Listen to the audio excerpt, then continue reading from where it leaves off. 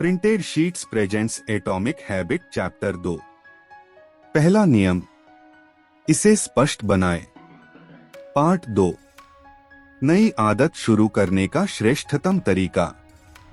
बेहतर व्यायाम की आदत को बनाने के लिए 2001 में अनुसंधान करने वाली ने ग्रेट ब्रिटेन में 248 लोगों के वास्ते 2 हफ्ते का कार्यक्रम बनाया। अध्ययन में शामिल लोगों को 3 समूहों में बांट दिया गया। पहला समूह नियंत्रित था। उनसे सिर्फ यह कहा गया कि वे यह देखें कि वे कितनी बार व्यायाम करते हैं। दूसरा प्रेरक समूह था। उनसे कहा गया कि उन्हें केवल वर्कआउट्स को ही नहीं देखना है, बल्कि व्यायाम के लाभों के बारे में भी पढ़ना है। अनुसंधानकर्ताओं ने इन्हें यह भी समझाया कि किस तरह से व्यायाम से दिल की बीमारी, कोरोनरी हार्ट रोग के जोखिम को कम कर सकते हैं और दिल की सेहत को सुधार सकते हैं। अंतिम तीसरे समूह के लिए वही प्रस्तुति रही जो दूसरे समूह के लिए थी, ताकि यह सुनिश्चित हो सके कि प्रेरणा का स्तर उतना ही बना रहे। हालांकि उन्हें कहा गया कि वे एक प्लान के तहत बताएं कि कब और कहां अगले हफ्ते एक्सरसाइज की जाए। खास तौर पर तीसरे समूह के हर सदस्य ने इसके आगे का वाक्य पूरा कर दिया। अगले हफ्ते मैं कम से कम 20 मिनट का कठोर व्यायाम करूंगा, दिन, इस समय और स्थान। पहले और दूसरे समूह में करीब 35 से 38% लोगों ने हफ्ते में एक दिन व्यायाम किया। दिलचस्प बात यह रही कि प्रेरक प्रस्तुति से दूसरे समूह के व्यवहार में कोई अर्थपूर्ण बदलाव नहीं देखने को मिला, लेकिन 91% लोग जो तीसरे समूह के थे, उन्होंने हफ्ते में एक दिन सामान्य से 2 गुना व्यायाम किया।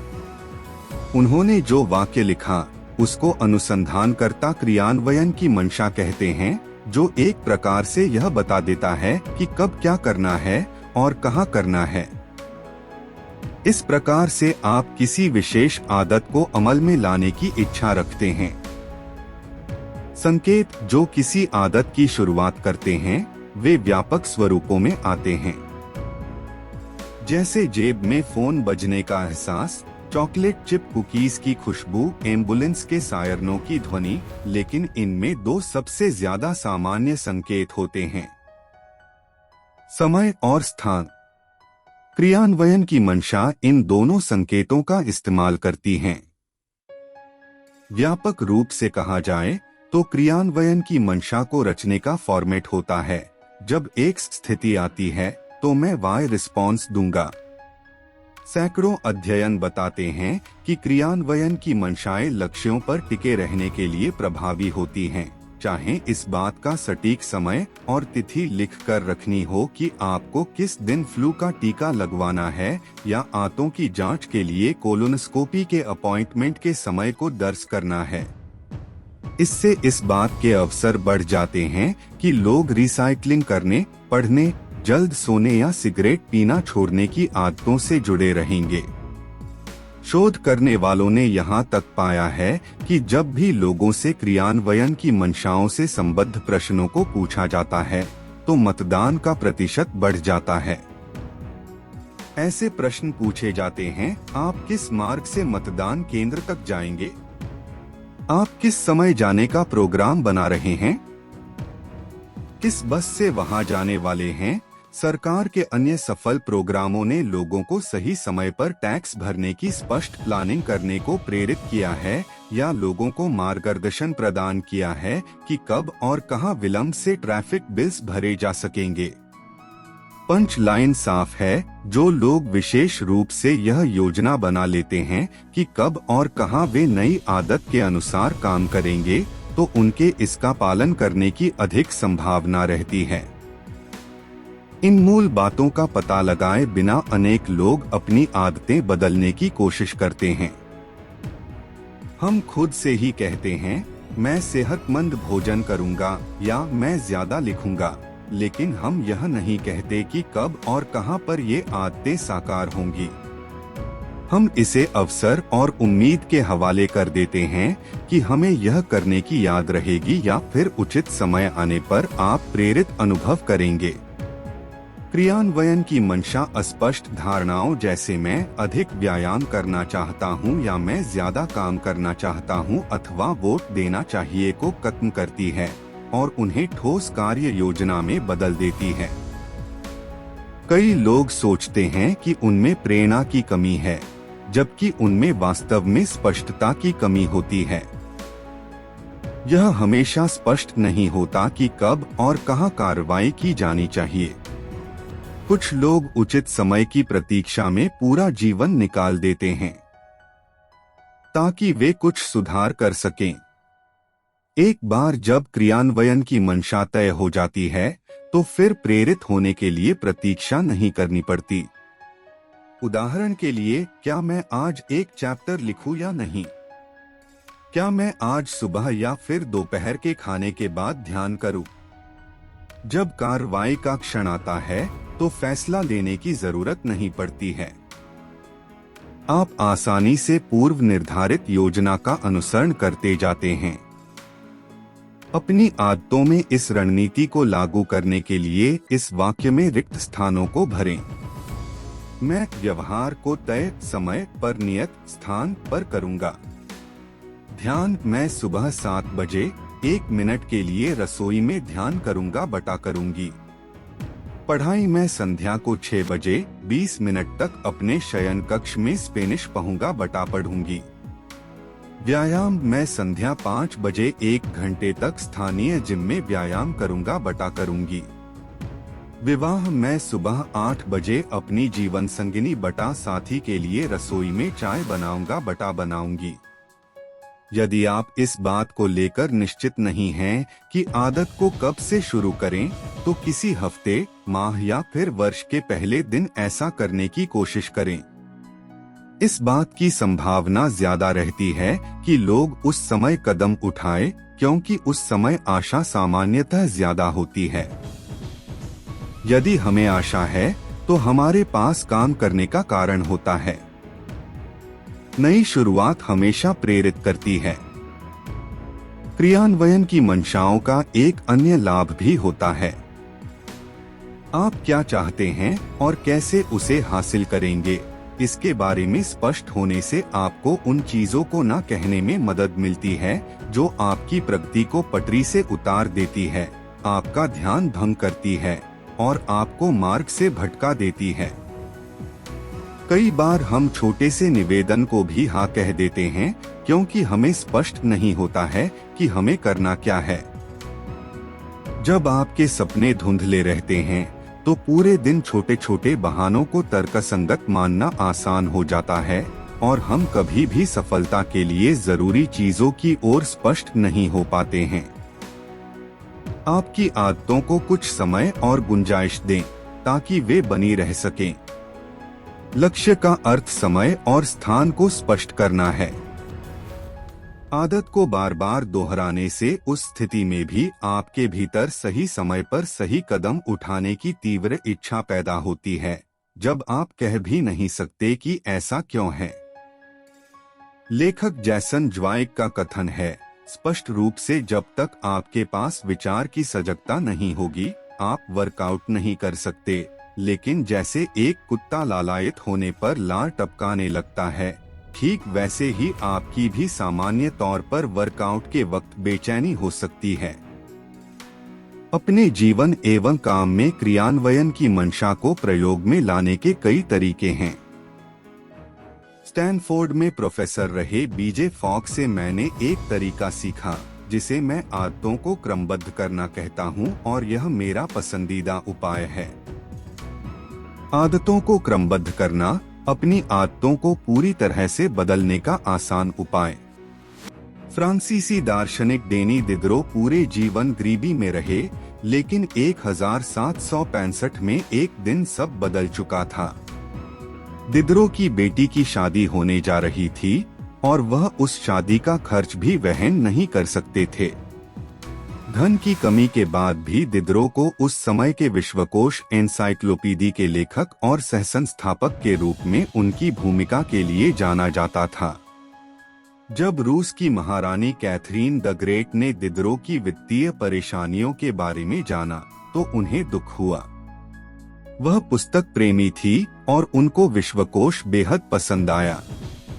उन्होंने दिदरो की निजी लाइब्रेरी को 1000 पाउंड में खरीदने की पेशकश की, जो आज के हिसाब से 150,000 डॉलर से भी ज्यादा हैं। 10 अचानक दिदरो के पास बहुत धन एकत्र हो गया। उन्होंने न केवल बेटी की शादी में खर्च किया, बल्कि खुद के लिए भी एक लाल पोशाक खरीदी। दिदरो का परिधान बहुत सुंदर था, इतना सुंदर था कि उनके आसपास की अन्य चीजें उस परिधान की तुलना में कमतर लग रही थीं। उन्होंने लिखा कि उनके वस्त्र और उनके पास जो अन्य चीजें थीं, उनमें कोई तालमेल नहीं था, न ही सुंदरता थी। दिदरो में जल्द तीव्र इच्छा पैदा हुई कि उनके पास जो चीजें हैं, उन्हें भी अपग्रेड किया जाए। उन्होंने अपने कालीन को दमिश्क से लाए गए कालीन से बदल दिया। उन्होंने महंगी मूर्तियों से अपने घर को सजाया। उन्होंने चूल्हे के ऊपर रखने के लिए कांच खरीदा और एक बेहतर किचन टेबल खरीदी। उन्होंने अपनी पुरानी बेंत की कुर्सी को हटाकर चमड़े की कुर्सी खरीद ली। जिस तरह से डोमिनोस एक के बाद एक गिरते हैं, उसी तरह से उन्होंने एक के बाद एक चीजें खरीदी। दिदरो का व्यवहार असामान्य नहीं था। वास्तव में एक चीज के बाद दूसरी चीज खरीदने की प्रवृत्ति को दिदरो इफेक्ट कहते हैं। दिदरो इफेक्ट के अनुसार नई नई चीजों को खरीदने से अक्सर खपत की सर्पिली रेखा बन जाती है। इससे व्यक्ति और खरीदारी करने लगता है। इस पैटर्न को कहीं भी देखा जा सकता है। आप वस्त्र खरीदते हैं तो नए जूते लेते हैं और उसी को मैच करती हुई ईयर रिंग्स भी ले लेते हैं। आप सोफा लेते हैं तो आप लिविंग रूम की पूरी सजावट पर सवाल उठाने लगते हैं। आप अपने बच्चे के लिए खिलौना लेते हैं और उसकी एक्सेसरीज को भी खरीदने लग जाते हैं। यह खरीद की श्रृंखला है। अनेक मानव व्यवहार इसी चक्र का अनुसरण करते हैं। जो आपने हाल ही पूरा किया है, उसी के आधार पर आप अक्सर तय करते हैं कि आगे क्या करना है। बाथरूम जाने के साथ हाथों को धोना और उन्हें सुखाने का ध्यान आता है, जो आपको याद दिलाता है कि खराब और गंदे टॉवेल को धोना है, तो आप डिटर्जेंट को भी खरीदारी की सूची में डाल लेते हैं और इस तरह से कई चीजें जुटती जाती हैं। कोई भी व्यवहार एकाकी नहीं रहता है। हर कार्य में अगले व्यवहार का एक संकेत रहता है। यह महत्वपूर्ण क्यों है? जब नई आदतों को बनाने की बात आती है, तो आप अपने फायदे के लिए व्यवहार की कड़ियों को जोड़कर देख सकते हैं। नई आदतों को बनाने का सबसे अच्छा उपाय है कि आप एक वर्तमान आदत को पहचान लीजिए, जिसे आप प्रतिदिन करते हैं, और फिर नए व्यवहार को सबसे ऊपर ले जाएं। इसे ही आदतों को क्रमबद्ध करना कहते हैं। आदतों को क्रमबद्ध करना क्रियान्वयन की मंशा का विशेष स्वरूप है। नई आदत को किसी विशेष समय और स्थान से जोड़ने की बजाय आप नई आदत को वर्तमान आदत से जोड़ देते हैं। यह पद्धति किसी भी आदत के स्पष्ट संकेत के लिए उपयोग में लाई जा सकती है। इस पद्धति का सृजन बीजे फॉग ने अपने टाइनी हैबिट प्रोग्राम के तहत किया था। आदतों को क्रमबद्ध करने का फॉर्मूला। इसके वर्तमान आदत पश्चात मैं नई आदत का पालन करूंगा। उदाहरण के लिए, ध्यान हर सुबह अपने कप में कॉफी डालने के बाद मैं 1 मिनट ध्यान लगाऊंगा। व्यायाम, जैसे ही मैं काम से आने के बाद अपने जूते उतारूंगा, वर्कआउट के कपड़े पहनकर व्यायाम करूंगा।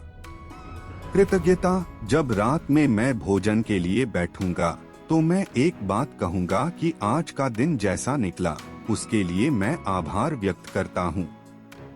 विवाह, जब मैं रात में बिस्तर पर जाऊंगा तब अपनी जीवन संगिनी को चुंबन दूंगा। सुरक्षा, जब मैं दौड़ने के जूते पहनूंगा तो मैं अपने मित्र या परिवार के सदस्यों को मैसेज भेजूंगा कि मैं दौड़ लगाने जा रहा हूं और उसमें कितनी देर लगेगी। अपने इच्छित व्यवहार को हर दिन किए जाने वाले कार्य के साथ जोड़ना ही इसकी कुंजी है। एक बार जब आप इसके बुनियादी ढांचे में महारत हासिल कर लेते हैं, तो आप कई छोटी छोटी आदतों की श्रृंखला को एक साथ क्रमबद्ध कर सकेंगे। इससे आप उस स्वाभाविक गति का फायदा उठा सकेंगे जो एक व्यवहार से आकर दूसरे की ओर बढ़ती है। यह डिडरो इफेक्ट का सकारात्मक पहलू है। सुबह की आपकी आदतों को क्रमबद्ध करना इस प्रकार लग सकता है। 1. सुबह कप में कॉफी भरने के बाद मैं 60 सेकंड तक ध्यान के लिए बैठूंगा। 2. ध्यान में 60 सेकंड बिताने के बाद मुझे दिन भर में क्या करना है उसके बारे में लिखूंगा। 3. दिन में क्या क्या करना है उसे लिखने के बाद तत्काल मैं पहले काम पर आ जाऊंगा। या आदतों को इस तरह से संध्या में क्रमबद्ध करने की कल्पना करें। 1. डिनर खत्म करने के बाद मैं अपनी प्लेट सीधे डिशवॉशर में रखूंगा। 2. अपनी डिश को उसमें रखने के तत्काल बाद मैं काउंटर साफ कर दूंगा। 3. काउंटर साफ करने के बाद मैं सुबह के लिए कॉफी का कप तैयार करके रख दूंगा। अपने रोजमर्रा के कामों में आप नए व्यवहार को भी शामिल कर सकते हैं। उदाहरण के लिए आपका सुबह का रूटीन कुछ ऐसा है: उठना, बिस्तर ठीक करना, नहाना। मान लीजिए आप हर रात ज्यादा पढ़ने की आदत को विकसित करना चाहते हैं। इसके लिए आपको आदतों के क्रम को बढ़ाना होगा, जो इस तरह का हो सकता है: उठना, बिस्तर ठीक करना, अपने तकिए के नीचे एक पुस्तक रख देना और नहाने जाना। जब आप रात को बिस्तर पर पहुंचेंगे तो लुत्फ लेने के लिए पुस्तक आपकी प्रतीक्षा में होगी। कुल मिलाकर आदतों को क्रमबद्ध करना आपको कुछ सरल नियम बनाने की गुंजाइश भी देता है, जिनसे आप भविष्य के व्यवहार के प्रति तैयार हो सकें। इसका मतलब यह है कि अगला कार्य कौन सा होगा, इसकी कार्य योजना पहले से आपके पास होगी। जब आप इस तरीके के साथ सहज हो जाते हैं तो आप सामान्य आदतों को क्रमबद्ध करते हैं जो उपयुक्त परिस्थिति में आपका मार्गदर्शन करती हैं। व्यायाम: जब मैं सीढ़ियां देखूंगा तो मैं एलिवेटर की बजाय उसी का प्रयोग करूंगा। सामाजिक कौशल है: जब मैं किसी पार्टी में जाऊंगा तो मैं उनसे मिलूंगा जिन्हें मैं नहीं जानता। वित्त: जब मैं $100 में कुछ खरीदना चाहूंगा तो उसे खरीदने से पहले मैं 24 घंटे प्रतीक्षा करूंगा। सेहतमंद खाना है: जब भी मैं खाना खाऊंगा तो सबसे पहले मैं प्लेट में सब्जियां रखूंगा। न्यूनतम आवश्यकता है: जब मैं नई वस्तु लूंगा तो एक को हटा दूंगा, यानी कम करूंगा। एक लाओ, एक बाहर करो। मूड: जब फोन की रिंगटोन सुनाई देगी तो मैं लंबी गहरी सांस लूंगा और उत्तर देने से पहले मुस्कुरा दूंगा। विस्मृतियां: जब भी मैं किसी सार्वजनिक स्थान से जाऊंगा तो अपनी टेबल और कुर्सी ध्यान से देखूंगा कि कुछ भूल तो नहीं रहा हूं। इससे अंतर नहीं पड़ता है कि इस रणनीति को कैसे उपयोग में लेना है। सफल आदत क्रम बनाने का रहस्य सही संकेत को चुनने में है। व्यवहार के लिए समय और स्थान का विशेष उल्लेख करने वाली क्रियान्वयन की मंशा से अलग आदतों के क्रम में समय और स्थान निहित रहते हैं। कब और कहां आप उस आदत का उपयोग अपने प्रतिदिन के रूटीन में करना चाहेंगे, इससे बड़ा फर्क पड़ेगा।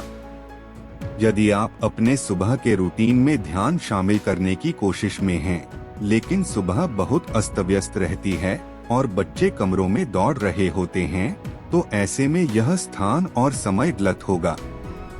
इस पर विचार करें कि आप ध्यान में कब सफल होंगे। खुद को यह न बताएं कि आपको यह आदत बनानी है, जबकि आप किसी अन्य आदत के साथ जुड़ सकते हैं। आपके संकेत में उतनी ही आवृत्ति होनी चाहिए जितनी आपकी इच्छित आदत में है। यदि आप हर दिन की कोई आदत बनाना चाहते हैं लेकिन आप उसे उस आदत के ऊपर के क्रम में रखते हैं जो आप हर सोमवार को ही करते हैं। ऐसे में यह सही चयन नहीं माना जाएगा। आदत क्रम को सही तरह से बनाने का एक उपाय वर्तमान आदतों को ऊपर नीचे करके उसकी सूची को ठीक करना है। अपना हैबिट स्कोर कार्ड अंतिम चैप्टर से शुरू करके उपयोग में ला सकते हैं। विकल्प के तौर पर आप 2 कॉलम में भी सूची बना सकते हैं। पहले कॉलम में उन आदतों को लिखें जो आप हर दिन करते ही हैं। 12 उदाहरण के लिए, बिस्तर से बाहर निकलना, दिन का काम शुरू करना, नहाना, लंच करना, दांत साफ करना, दिन का काम समाप्त करना, कपड़े पहनना, काम से आकर कपड़े बदलना, 1 कप कॉफी तैयार करना, रात के भोजन के लिए बैठना, नाश्ता करना, लाइट्स ऑफ करना, बच्चों को स्कूल ले जाना, सो जाना। आपकी सूची बहुत लंबी हो सकती है, लेकिन आपको एक आइडिया मिलता है। आपके साथ जो हर दिन घटित होता है दूसरे कॉलम में वह लिखें। उदाहरण के लिए, सूर्य निकलता है, आपको कोई टेक्स्ट मैसेज मिलता है, जो गीत आप सुन रहे हैं वह खत्म होता है, सूर्यास्त होता है। इन 2 सूचियों के साथ ही आप यह सोचने लगते हैं कि अपनी जीवन शैली में नई आदत को किस सबसे अच्छे स्थान पर रखा जाए। आदतों का क्रम बनाना उस समय श्रेष्ठ नतीजे देता है जब संकेत स्पष्ट हों और उस पर तत्काल काम किया जा सके। कई लोग ऐसे संकेत चुनते हैं जो धुंधले रहते हैं। मैंने खुद यह गलती की है। जब मैंने आदत में पुशअप को शुरू करना चाहा, मेरी आदत का क्रम था जब मैं लंच के लिए ब्रेक लूंगा तब 10 पुशअप्स करूंगा। पहली बार देखने पर यह ठीक लग रहा था, लेकिन जल्द ही मैं जान गया कि यह संकेत अस्पष्ट था। क्या मुझे दोपहर के भोजन से पहले पुशअप्स करना चाहिए? दोपहर के भोजन के बाद इसे करें। मैं इसे कहाँ कर सकूंगा? कुछ दिन की अनियमितता के बाद मैंने मेरी आदतों का क्रम बदला। जब मैं दोपहर के खाने के लिए अपना लैपटॉप बंद करूंगा, तब अपनी डेस्क के पास ही पुशअप्स कर लूंगा। मेरी अस्पष्टता खत्म हो गई। अधिक पढ़ना या बेहतर खाना जैसी आदतें महत्व की हैं, लेकिन ये लक्ष्य किसी तरह के निर्देश नहीं देते कि कैसे और कहाँ किए जाएं। इसमें विशिष्टता और स्पष्टता जरूरी है। जब मैं द्वार बंद करता हूँ, जब मैं दांतों को ब्रश करता हूँ, जब मैं टेबल के पास बैठता हूँ, इसमें इन बातों को स्पष्ट करना अहम है। जितनी ज्यादा सुदृढ़ता से आपकी नई आदत किसी विशेष संकेत से जुड़ी होगी, उतनी ही बेहतर संभावना यह होगी कि आप देख सकेंगे कि कब काम करने का समय आ गया है। व्यवहार बदलने का पहला नियम है, इसे स्पष्ट बनाएं। क्रियान्वयन की मंशा और आदतों को क्रमबद्ध करने जैसी रणनीतियां आदतों के लिए स्पष्ट संकेत तैयार करने के सबसे व्यावहारिक तरीकों में शामिल हैं। इससे आप स्पष्ट योजना बना सकते हैं कि कब और कहां कार्रवाई करनी है। अध्याय का सार। व्यवहार बदलने का पहला नियम है, इसे स्पष्ट बनाएं। समय और स्थान 2 संकेत सबसे सामान्य होते हैं। क्रियान्वयन की मंशा तैयार करना ऐसी रणनीति है जिसका इस्तेमाल आप नई आदत को किसी विशेष समय और स्थान के साथ जोड़ने में कर सकते हैं।